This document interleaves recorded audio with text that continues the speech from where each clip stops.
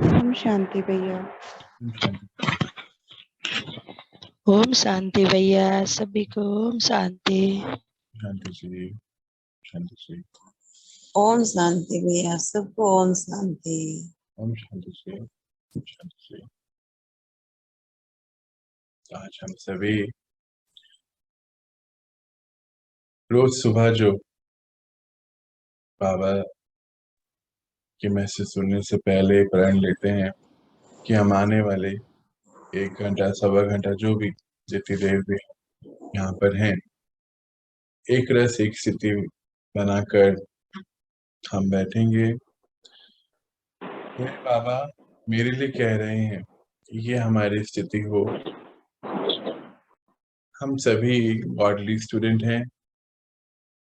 ईश्वर स्वयं हमें पढ़ाने आते हैं, उनका संदेश हम सुनते हैं। हम इस स्थिति में आके ही इस पूरी बात को सुनेंगे। नो चलते फिरते, नो वॉकिंग, एक जगह पर एक रास्ते बनाकर पेपर पेन लेकर जहाँ कोई पॉइंट लगता है कि इम्पोर्टेंट है, उसको जरूर से नोट करना है।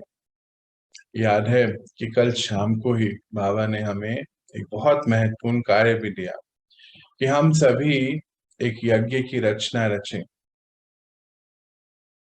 एक ऐसा हवन जो अखंड है, जब तक चलता रहेगा, जब तक हम जीवित हैं। और बाबा कहते देह सहित, सभी विकारों सहित इसमें अपनी आहुति दे देना। इसका अर्थ ही यह है कि हम इस हवन से, इस यज्ञ से कुछ पाएं, कुछ प्राप्ति करें। जैसे नॉर्मली भी होता है ना, यज्ञ में कुछ जलाया जाता और कुछ पाया जाता है। तो हम पा रहे हैं अपनी शुद्धि, आत्मा की सारे ही विकार, सारे ही अवगुण और ये देह अभिमान सब इसमें सुहा करते हुए हम सभी जब इस शरीर को छोड़ें तो परमात्मा जैसे पावन पवित्र स्थिति में आ जाएं। तब तक हम सभी को ये जो यज्ञ बाबा ने बताया रचने के लिए, ये यज्ञ तब तक चलता रहेगा जब तक मैं आत्मा, मेरा विश्व अंदर का पवित्र नहीं हो जाता, मेरा परिवार पवित्रता की ओर नहीं बढ़ जाता। और फिर बाहर ये विश्व की हर एक आत्मा के लिए हम ये यज्ञ कर रहे हैं कि सभी आत्माएं अब पहचाने कि समय कौन सा आ चुका है और परमात्मा से मिलन बनाए। बाबा इस धरा पर आ चुके हैं। बाबा का ये श्रेष्ठ कारोबार विश्व परिवर्तन का चल रहा है। तो सभी विश्व की हर एक आत्मा तक ये संदेश पहुंचे। ये पहुंचेगा कैसे? जब हम अपनी स्थिति में आ जाएंगे, जब हम इस कार्य को अपनाएंगे। बाबा ने हमें सभी को सबसे श्रेष्ठ रूल दिया है। हमेशा श्रेष्ठ श्रेष्ठ आत्मा कहते हैं और हमें श्रेष्ठ स्थिति को धारण करने के लिए ये कार्य करना है। चलिए हम आज की बात को सुनते हैं बाबा की। बाबा हमारे लिए क्या मैसेज लाए और फिर उसके रूप बनते और ये विश्व परिवर्तन का कार्य स्व परिवर्तन से करते हैं। अभी आप सभी के माइक्रोफोन में ऑफ करने जा रहा हूं। हम आराम से बैठे और बाबा के इस बात को सुन के उसके रूप बनने की तैयारी करें।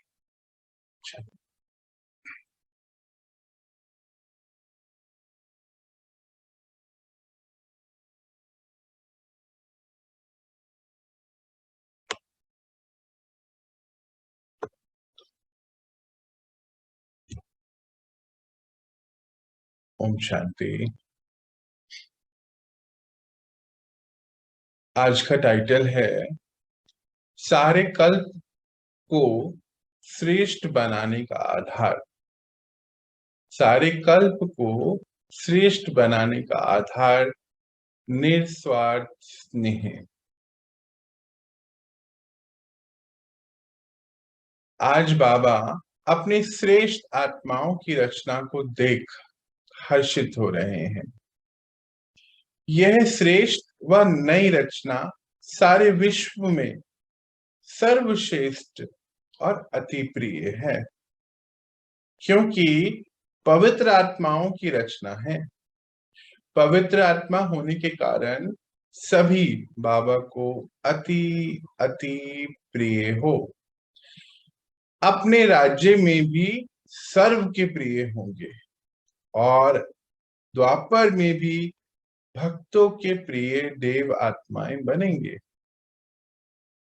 ये सारे ही कल्प की श्रेष्ठ अति श्रेष्ठ आत्माएं हैं।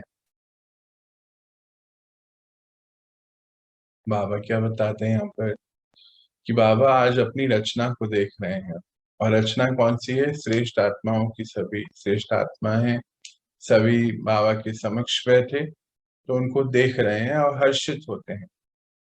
कहते हैं ये श्रेष्ठ जो रचना है ना, नई रचना, नई रचना का अर्थ क्या है कि जब बाबा ने हमें ये नया जन्म दिया पवित्रता के बेस पर, हमें जब पता चला कि हम आत्मा हैं और परमात्मा भगवान कौन है, जब ये पता चल गया तो नया जन्म हम सभी का हुआ।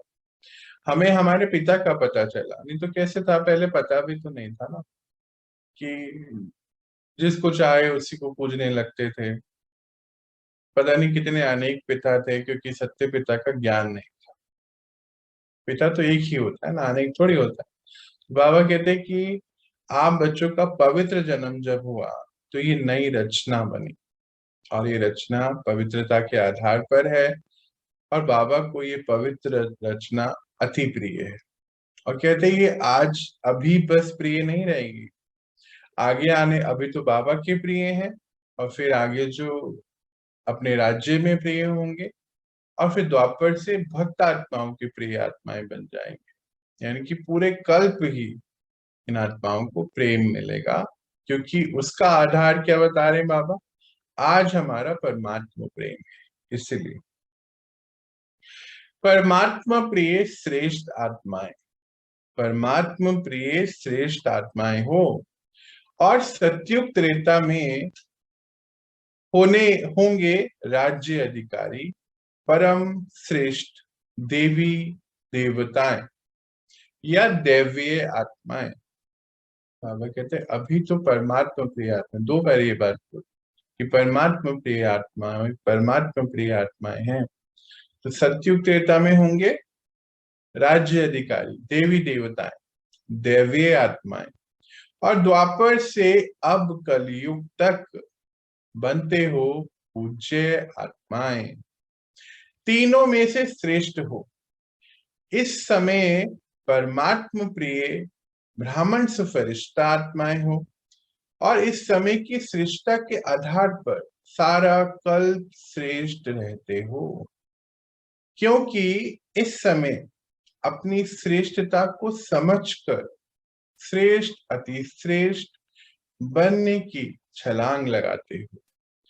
उड़ती कला में आते हो, उड़ती कला के आने के कारण ही सदा श्रेष्ठ बने रहते हो।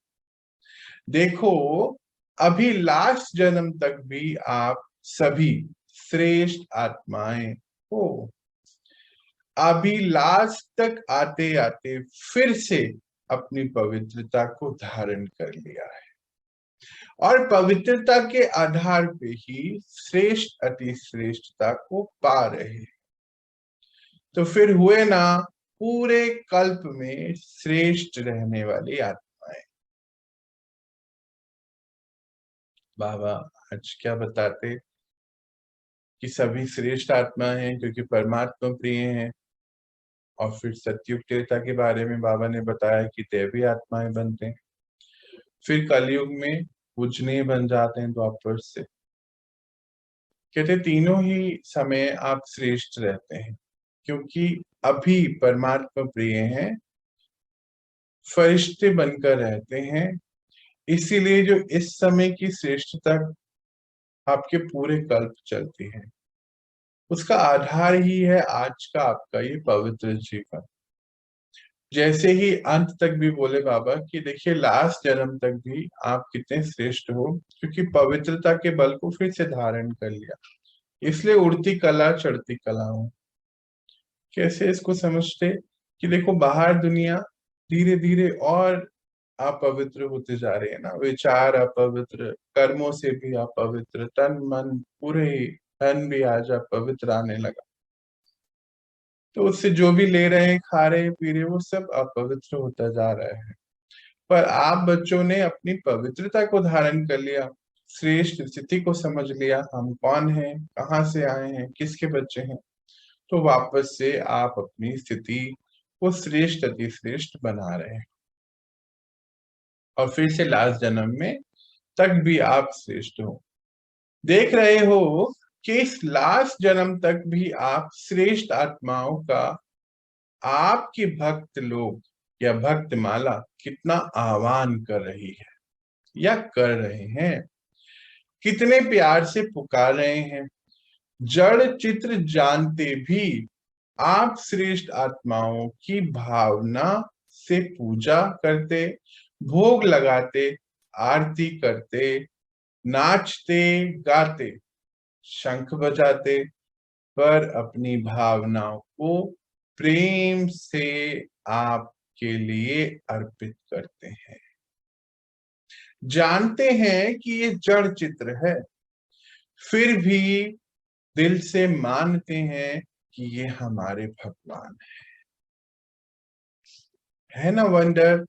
आप बच्चे अभी भगवान के साथ योग लगाते हैं और फिर पूरे कल्प मास्टर भगवान बनकर रहते हैं, अपनी श्रेष्ठता को समझते हैं, अभी ये श्रेष्ठता अपनाई है, अभी के रोल हैं, प्रैक्टिकली कर रहे हैं, तभी 2500 साल अर्थात आधे कल्प आप ही के प्रैक्टिकल करे हुए रोल को भक्ति मार्ग में बताया जाता है।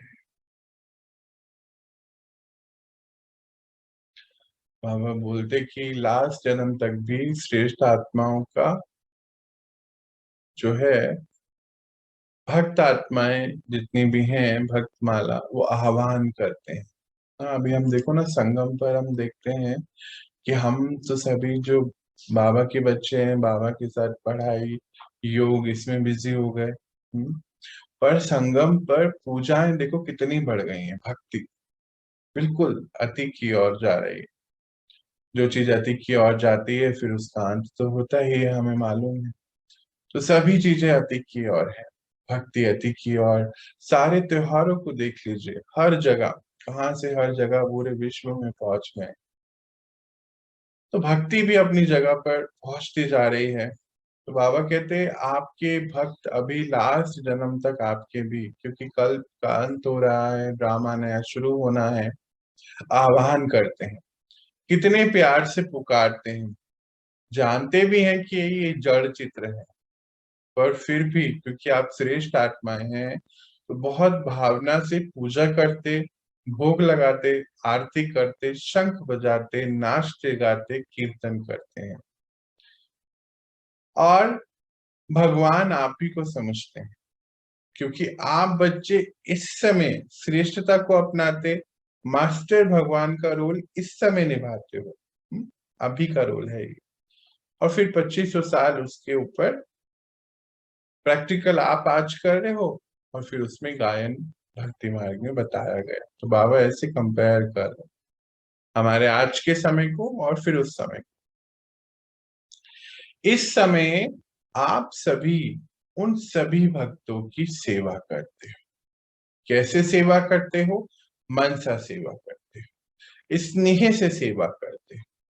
तो इस समय सेवा के संस्कार हैं, स्नेह के संस्कार है, सेवा की विशेषता ही है स्नेह। जब तक ज्ञान के साथ रूहानी स्नेह की अनुभूति नहीं होती है तो ज्ञान कोई नहीं सुनेगा। अब आप बच्चे तो अपनी रचना को भी परिवर्तन कर रहे हो। सभी ने टारगेट लिया है कि अपने विश्व को मुझे परिवर्तित करना है, तो परिवर्तन करने का आधार क्या हुआ? आपका रूहानी स्नेह।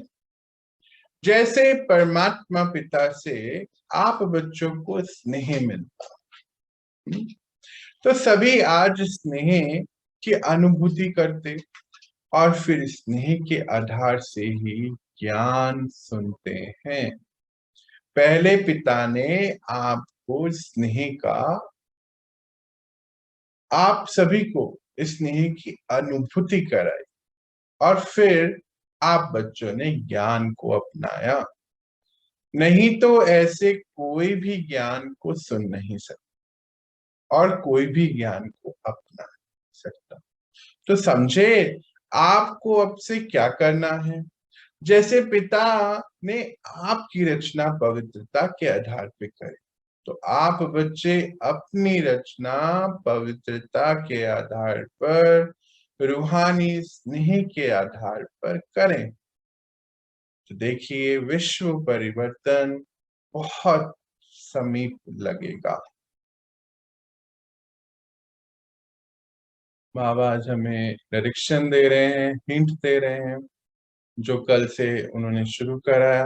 याद है ना, अभी हम बात कर रहे थे कि कल से हमने एक अखंड यज्ञ शुरू किया कि विश्व को परिवर्तन करना है, हमारा विश्व। तो हमारा विश्व क्या हुआ? हमारा परिवार। तो बाबा क्या कहते हैं कि इस समय तो सेवा के संस्कार हैं, स्नेह के संस्कार हैं। तो सेवा की विशेषता ही है स्नेह। तो जब तक ज्ञान के साथ रूहानी स्नेह की अनुभूति नहीं होती है, ज्ञान कोई भी नहीं सुनेगा बाबा के। जैसे बाबा ने हम सभी को पहले स्नेह की अनुभूति कराई ना, सभी को, और उसके बाद हमने ज्ञान को सुनना और धारण करना शुरू किया। कहते हैं तो कोई भी नहीं सुनेगा ऐसे अगर प्रेम नहीं होगा, स्नेह नहीं।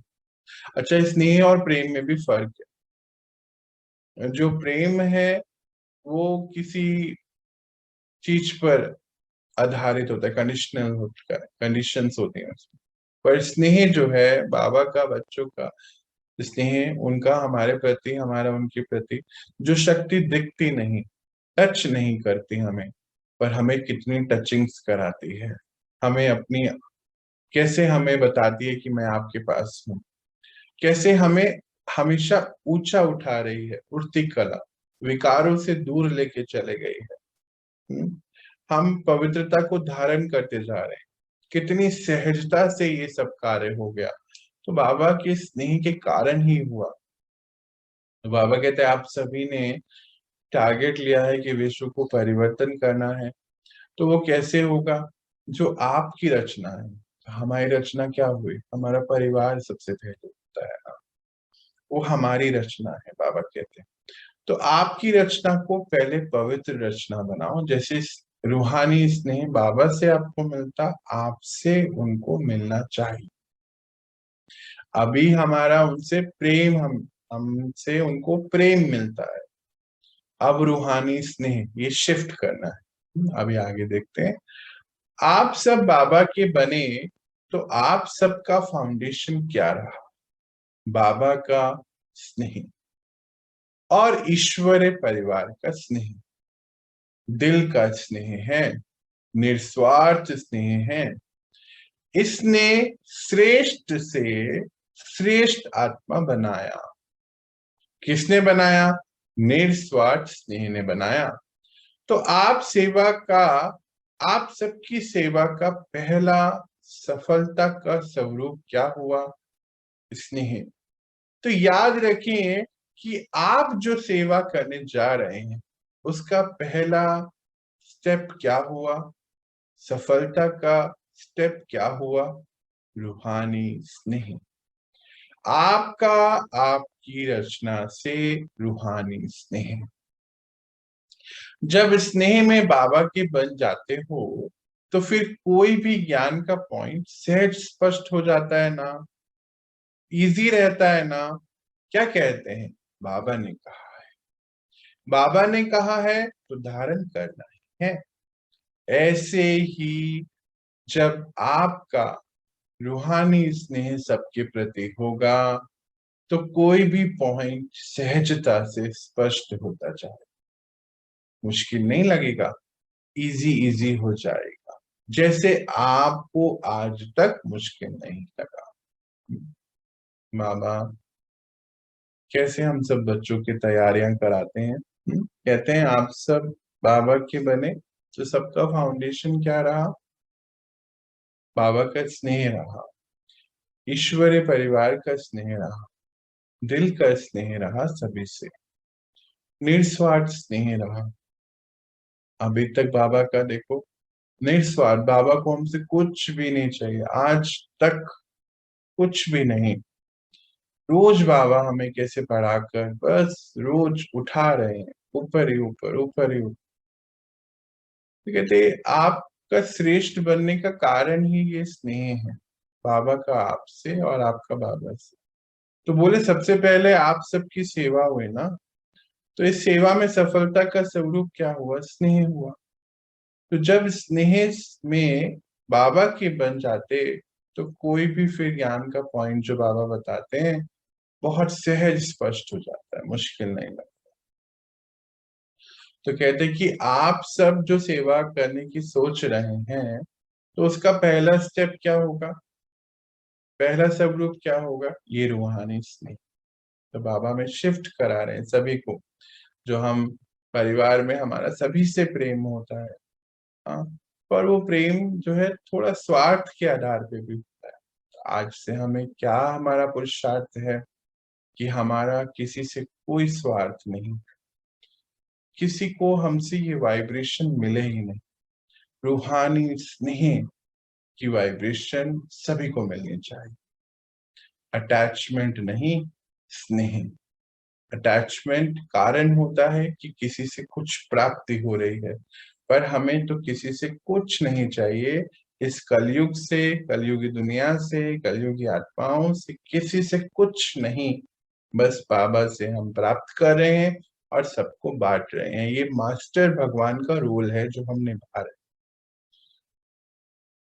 जो स्नेह में नहीं आता वे सिर्फ ज्ञान को धारण कर आगे बढ़ने में समय भी लेता है, मेहनत भी बहुत लेता है, क्योंकि उनकी वृत्ति क्या, कैसे, क्यों, होगा नहीं होगा, ये तो सब सुनते आ रहे हैं। साइंस वाले भी तो बहुत कुछ कर रहे हैं, ये सब बस व्यर्थ की बातें हैं। कुछ नहीं होता है भगवान, बस साइंस तो है ना अपना काम कर रही है, ऐसे ऐसे संकल्प चलते हैं। ज्ञानी तो बहुत हैं, पर संकल्प देखो कैसे चलते हैं। क्यों? क्योंकि स्नेह नहीं है, बाबा की अनुभूति नहीं है। परमात्मा प्यार क्या होता है उसकी अनुभूति नहीं है। इसीलिए वृत्ति में क्या, क्यों, कैसे, ऐसे शक आ जाते हैं। परमात्मा है भी नहीं, इसके ऊपर भी डाउट हो जाता है। तो फिर इसका कारण क्या हुआ? बस स्नेह की कमी। इसीलिए न स्वयं आगे बढ़ते और अनेकों को पीछे ले जाने के निमित्त बन जाते हैं। कितना सारा पाप लगता है, पाप का खाता चुकटू करने की बजाय और ही बना लेते हैं। चेक करो कि हमारा स्नेह बाबा से है या नहीं, या अभी भी क्या क्यों में बुद्धि भटकती बहुत है।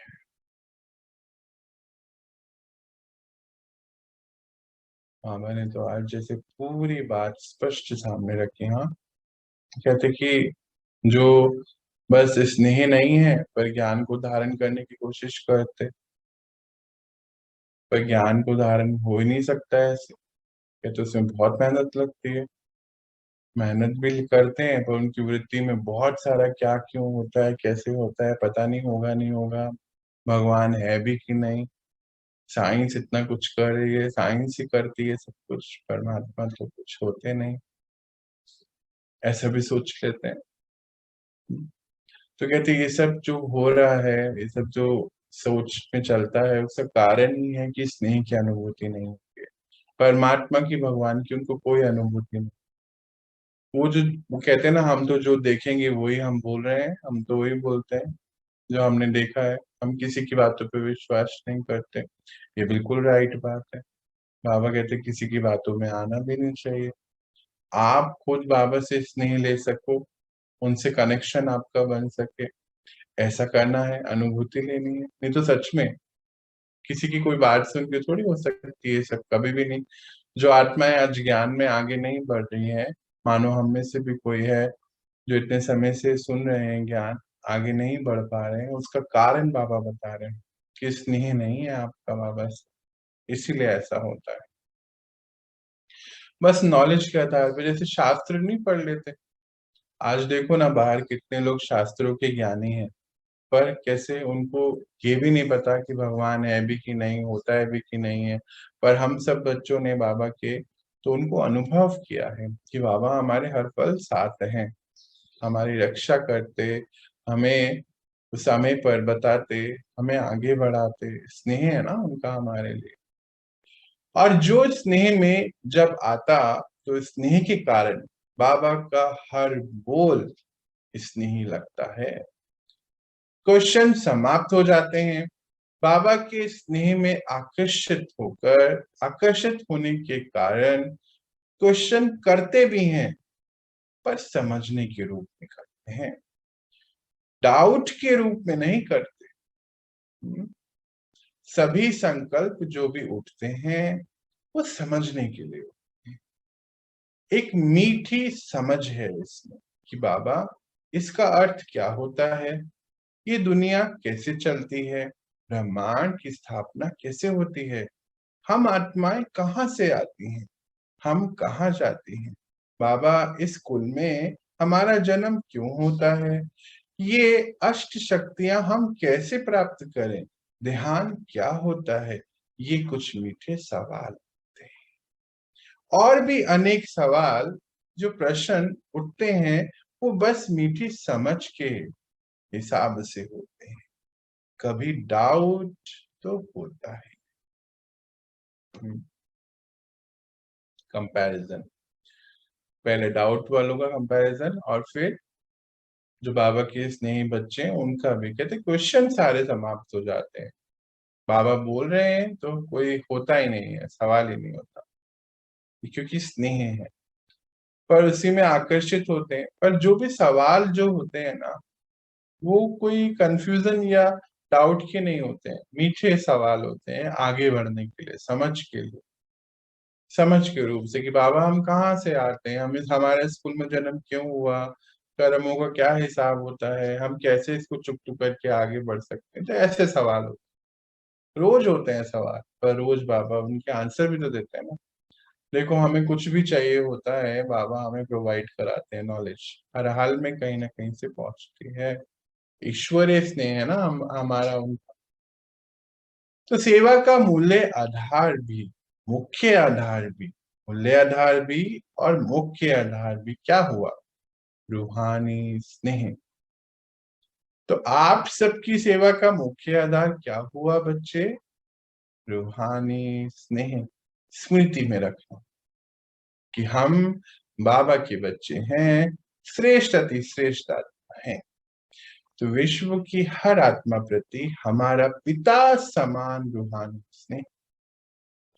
बाबा भी सदैव बच्चों को स्नेह से याद करते हैं, स्नेह से ही सर्व समस्याओं से पार कराते हैं। तो ईश्वरीय जन्म का फाउंडेशन क्या हुआ, ये स्नेह हुआ। और स्नेह के फाउंडेशन वालों को कभी भी कोई मुश्किल बात नहीं लगेगी। स्नेह के कारण उमंग उत्साह में रहेंगे, और उमंग उत्साह में उड़ती कला चढ़ती कला में रहेंगे। बाबा क्या कहते हैं कि स्नेह का मूल्य और मुख्य आधार भी सेवा का मूल्य और मुख्य आधार भी स्नेह है, रूहानी स्नेह। फिर बोलते फिर आप सबने जो भी सेवा ली उसका क्या होगा आधार, तो बोले रूहानी स्नेह। तो हम शिफ्ट करेंगे आज इसको। तो बाबा सदैव बच्चों को स्नेह से याद करते हैं। बाबा कहते हैं मैं सभी को याद कर रखता हूँ स्नेह से, सभी समस्याओं से पार भी कराता हूँ स्नेह। कहते ये जो ईश्वर जन्म आप बच्चों ने लिया, इसका फाउंडेशन भी क्या है, स्नेह ही हुआ। तो स्नेह के फाउंडेशन वालों को कभी कोई मुश्किल बात नहीं लगती। स्नेह के कारण उमंग उत्साह में उड़ते रहते हैं, आगे बढ़ते हैं और सभी को स्नेह देते। जो भी श्रीमत बाबा की है हमें करना ही है। क्यों? बाबा ने कहा है। कभी ऐसे नहीं कहते देखेंगे करेंगे, अरे कौन है बाबा, बाबा कुछ नहीं, कोई नहीं देखता है, ऐसे लक्षण नहीं होते हैं। जो स्नेही होते हैं उनके लक्षण होते हैं कि बाबा की श्रीमत है, ये तो होना ही, करना ही। बाबा ने मेरे प्रति कहा है, मुझे करना है, मुझसे कहा है, मुझे सैंपल बन के दिखाना है। बाबा मेरे लिए आया है, ऐसे संकल्प चलते हैं स्नेह में, क्योंकि डुबकी लगाते हैं। स्नेही आत्माएं हैं। तो स्नेही आत्माओं की स्थिति कभी हलचल में नहीं होती है। एक रस स्थिति सदा बाबा, एक बल एक भरोसा, और मैं और मेरा बाबा, तीसरा ना कोई।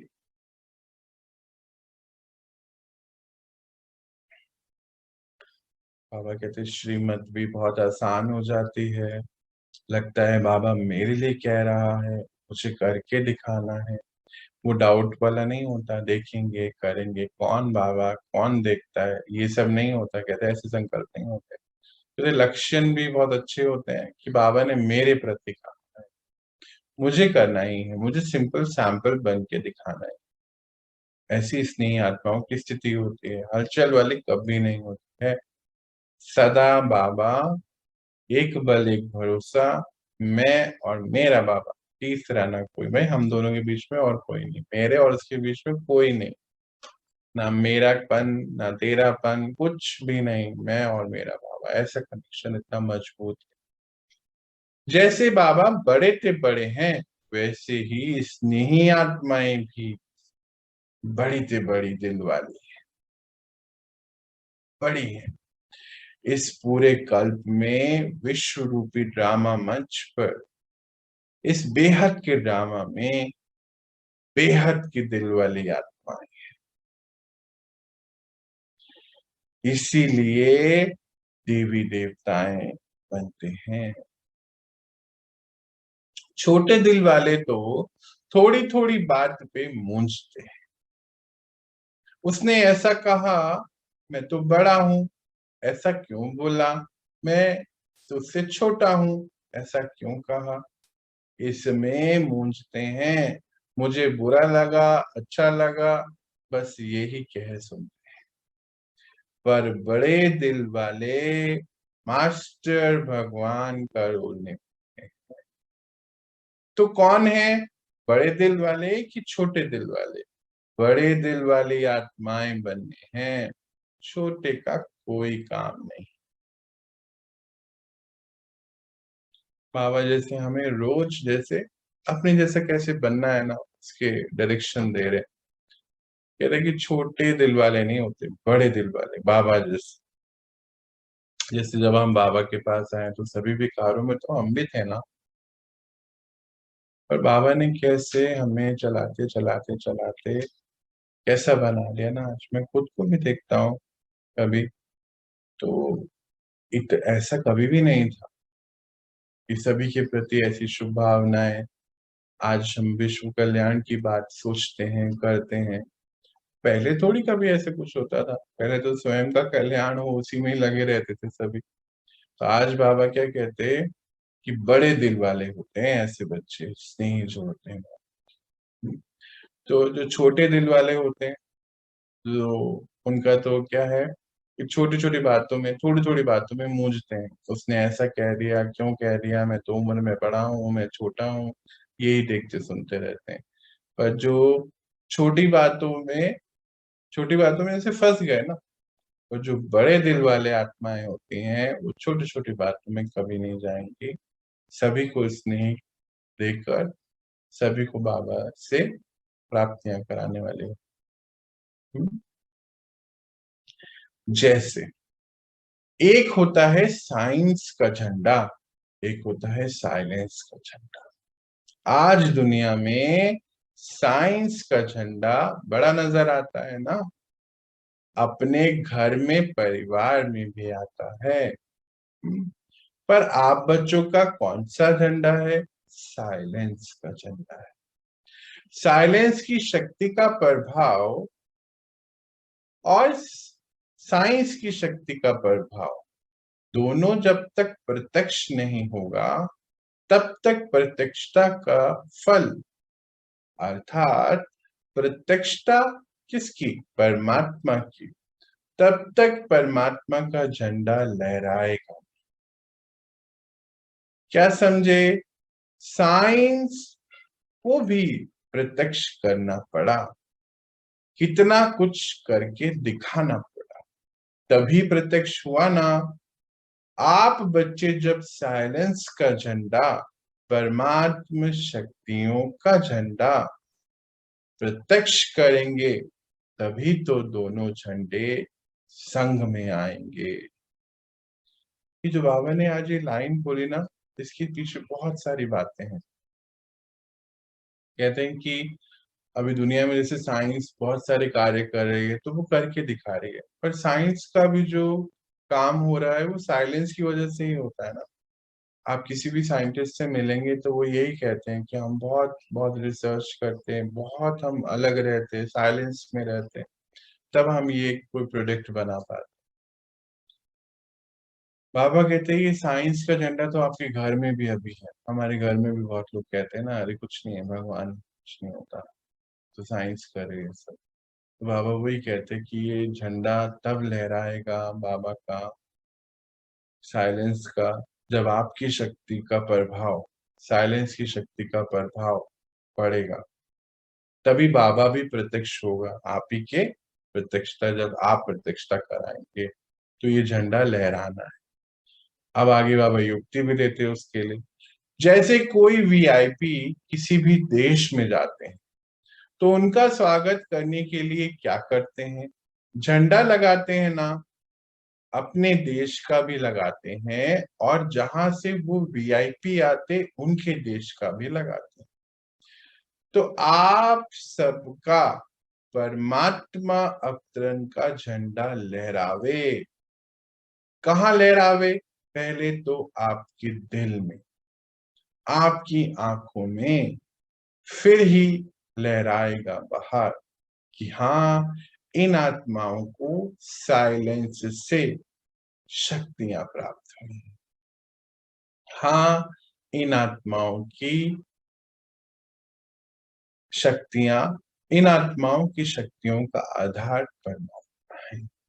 साइलेंस की बल से ही इन्होंने इतनी स्थिति को पक्का करा।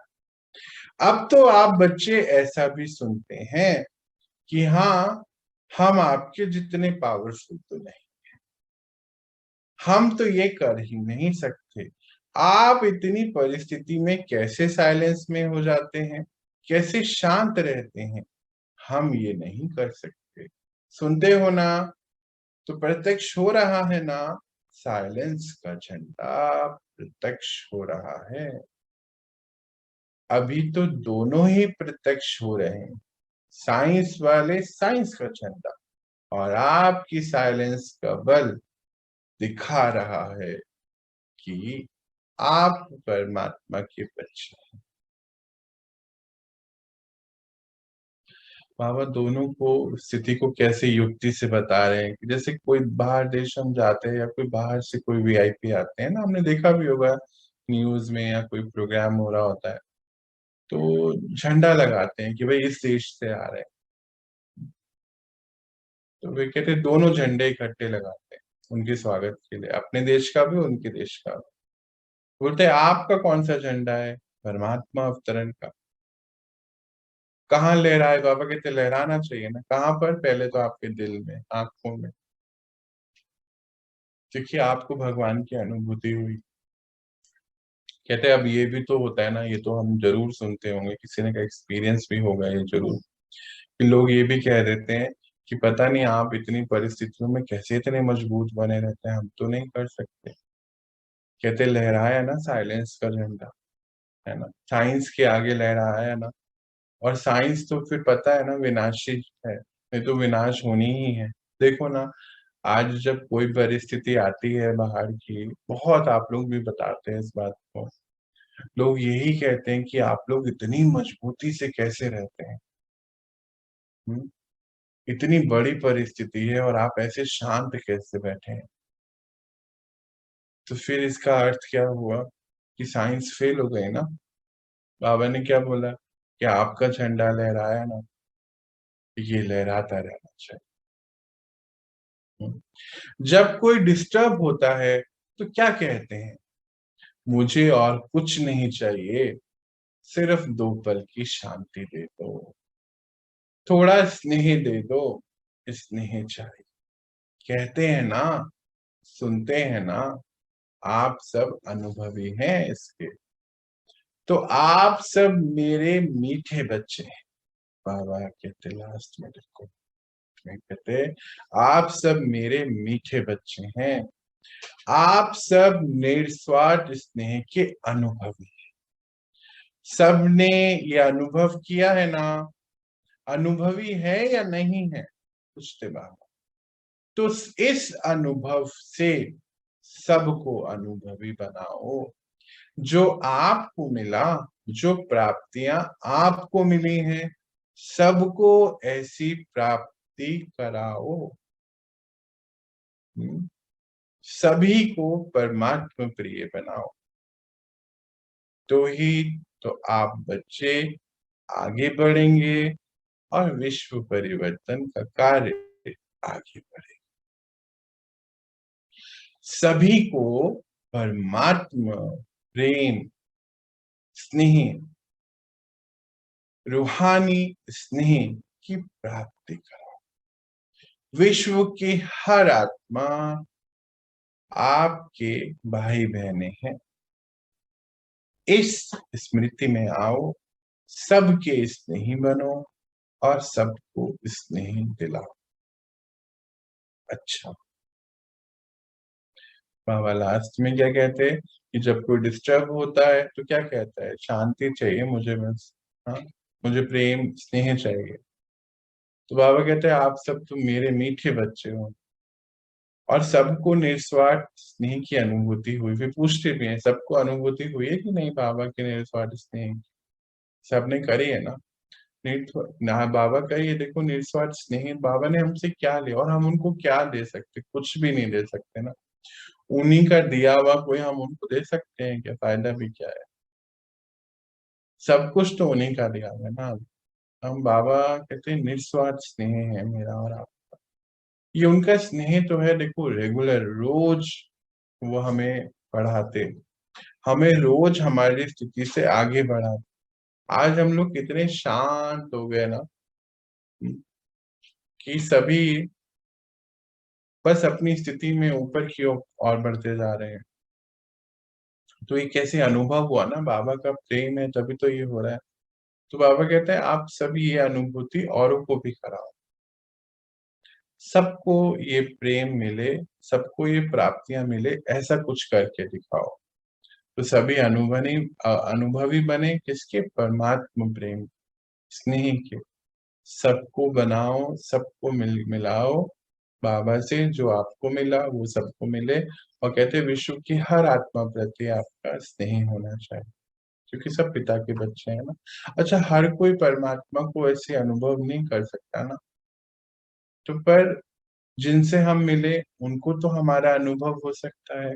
पहले परिवार हमारा अनुभव करे कि हमें प्राप्तियां हुई हैं, ये कार्य करना है, तो बाबा हमें ये बताए। लास्ट में बाबा ने अच्छा बोला तो अच्छा कहा, तो हम सभी को पता है क्या। आज का सार देख लेते हैं। पवित्र आत्मा बनने से अभी बाबा के प्रिय हो और फिर अपने राज्य में सर्व के प्रिय होंगे। द्वापर में भक्तों के प्रिय देव आत्माएं बनेंगे। स्नेह के संस्कार, जब तक ज्ञान के साथ रूहानी स्नेह की अनुभूति नहीं होती तो ज्ञान कोई नहीं सुनेगा। जिसका बाबा से अटूट स्नेह है वह अमर भव के वरदानी बनते हैं, सदा बेफिक्र बादशाह बनते हैं और ज्ञान को बिन मेहनत धारण करते रहते हैं, जैसे आसान हो जाता सब कुछ। इस समय की श्रेष्ठता का आधार सारे कल्प श्रेष्ठ रहते हो और उसका आधार है निस्वार्थ स्नेह। तो आप सभी आत्माएं निस्वार्थ स्नेह के अधिकारी हैं, अनुभवी हैं। सभी को ऐसा अनुभव कराएं। अच्छा, बाबा ने अच्छा कहा। अच्छा का अर्थ ही है कि अब आप बच्चे समझ गए और अब आप करिए। और हमारी तरफ से भी बाबा को अनेक बार शुक्रिया, शुक्रिया बाबा कि आपने हमें ये सारा बात बतलाई, ज्ञान समझाया और अब हम इसके रूप आपको बन के दिखाएंगे। विश्व के हर आत्मा प्रति हमारा स्नेह हो, हम ये पुरुषार्थ कर अपने अंदर धारण कर। प्रेम नहीं, स्नेह, रूहानी स्नेह, जब हमें उनसे कुछ नहीं चाहिए, निस्वार्थ स्नेह। शांति, शांति।